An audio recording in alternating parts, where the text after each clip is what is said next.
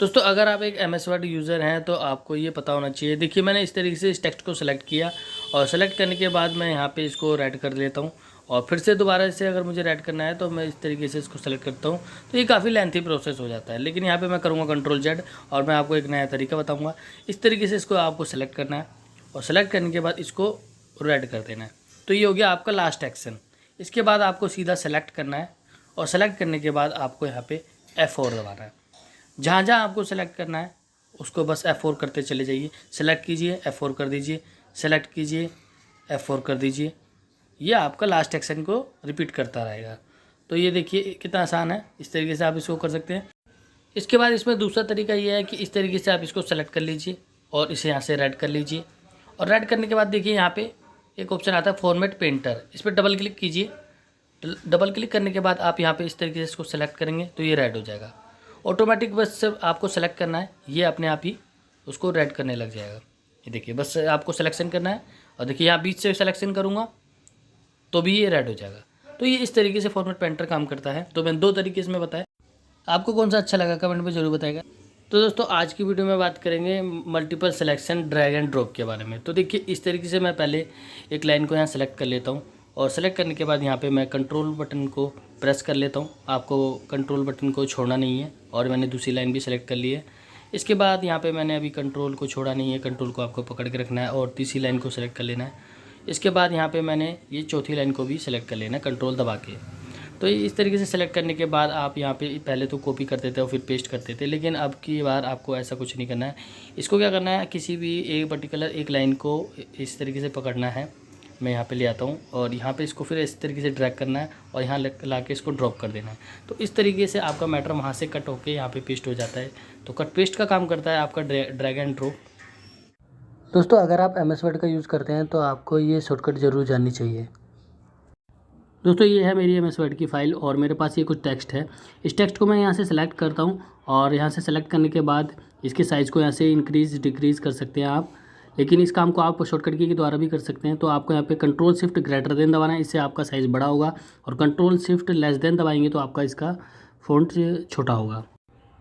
दोस्तों अगर आप इस तरीके के पैराग्राफ में जैसे यहाँ पे कर्सर रखते हैं और कंट्रोल बैक स्पेस दबाते हैं तो देखिए एक के बाद एक आपके जो वर्ड हैं वो डिलीट होते चले जा रहे हैं इस तरीके से। लेकिन यहीं पे अगर आप अल्ट बैक स्पेस दबाते हैं तो देखिए क्या होता है, आपकी जो वर्ड है वो लाइन जो है वो वापसी आने लगती है कुछ इस तरीके से। ये देखिए, तो अल्ट बैक स्पेस में ये काम करता है और कंट्रोल बैक स्पेस में आपके वर्ड को ये एक वर्ड एक रिमूव करता चला जाएगा। ये देखिए कुछ इस तरीके से कंट्रोल बैक स्पेस दबाएंगे एक वर्ड और वापसी करेंगे तो अल्ट बैक स्पेस।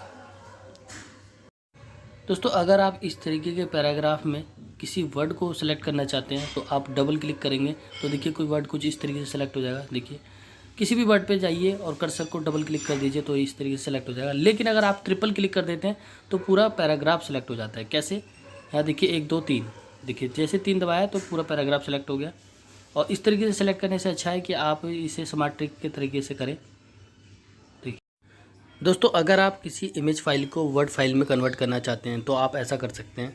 यहाँ पे देखिए मैंने 2 फोल्डर है, इसमें से मैं पहले वाले फोल्डर को ओपन कर लेता हूँ और इसमें यहाँ पे देखिए मैंने यहाँ 5 पिक्चर ली हुई हैं और यहाँ 5 पिक्चरों को मुझे वर्ड फाइल में कन्वर्ट करना है। तो यहाँ पे देखिए ये मेरी जो है JPG फाइल हो सकती है या PNG, आप कोई भी फाइल को कन्वर्ट कर सकते हैं। तो यहाँ देखिए ये मेरा वर्ड डॉक्यूमेंट है और यहाँ पे मैं इसे कन्वर्ट करके दिखाने वाला हूँ। इस तरीके से 5 इमेज को सिलेक्ट करना और ड्रैग करके लेके जाना और यहाँ वर्ड पे ला के छोड़ देना है। तो यहाँ देखिए 1 बाय 1 ये एक सीक्वेंस में पेज लग जाएंगे और इस तरीके से सीक्वेंस में लगने के बाद आपकी ये फाइल कन्वर्ट हो जाती है वर्ड में। इसको आप PDF बना के सेव कर सकते हैं या फिर वर्ड में भी इसे रख सकते हैं आप।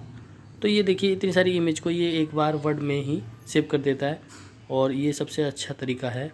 आप 5 6 या 10। तो दोस्तों MS वर्ड में हम यहाँ पे कंट्रोल की को समझेंगे ये किस तरीके से वर्क करती है। तो सबसे पहले देखिए मैं ऊपर की तरफ चलता हूँ तो ये मेरा टेक्स्ट मटेरियल है। यहाँ से मैं इस एक लाइन को सेलेक्ट कर लेता हूँ और कंट्रोल के साथ इसको पकड़ के इस तरीके से नीचे की तरफ ड्रैग कर देंगे और जैसे ड्रैग करेंगे तो देखिए वो लाइन वहाँ ऊपर भी है और नीचे भी आ गई। तो ये कॉपी हो जाती है। ये देखिए इस तरीके से ये लाइन इतनी यहाँ से लेके यहाँ तक कॉपी हो गई। ठीक इसी प्रकार आप इसको इमेज में भी कॉपी कर सकते हैं। कंट्रोल के साथ इसको पकड़ के खींच देना है बाहर की तरफ। ड्रैग कर देना है और यहाँ से टेबल पे इस तरीके से सेलेक्ट करेंगे कॉर्नर पे क्लिक करके और कंट्रोल की मदद से इसको बाहर की तरफ रख देंगे। तो ये टेबल की भी कॉपी हो जाएगी, इमेज की भी कॉपी हो जाएगी और टेक्स्ट की भी कॉपी हो जाएगी। दोस्तों अगर आप एक्सेल में इस तरीके से बार्स लगाना चाहते हैं जिसमें परसेंटेज कुछ इस तरीके से शो होगी, तो आप अपनी टेबल को कुछ इस तरीके से सिलेक्ट कर लीजिए और सिलेक्ट करने के बाद यहाँ पे कंडीशनल फॉर्मेटिंग में जाइए और यहाँ पे डाटा बार्स आ रहा है। यहाँ पे आने के बाद यहाँ देखिए काफ़ी सारे ऑप्शन आ रहे हैं, तो यहाँ पे किसी एक ऑप्शन पे क्लिक कर लीजिए तो ये बार्स कुछ इस तरीके से लग जाएंगे। अब यहाँ होगा क्या कि जैसे आप यहाँ पे परसेंटेज जैसे मान के चलिए मैं इसकी बढ़ाना चाहता हूँ, तो जैसे मैंने इसकी 99 करी तो ये सेल्स कुछ इस तरीके से भर जाएंगे। और उदाहरण के तौर पे अगर हम इस पहले वाले को लेते हैं, यहाँ पे हम इसका परसेंटेज कम कर देते हैं, तो मैं जैसे ही यहाँ पे इसे 12% करूँगा तो मेरा सेल देखिए खाली हो गया।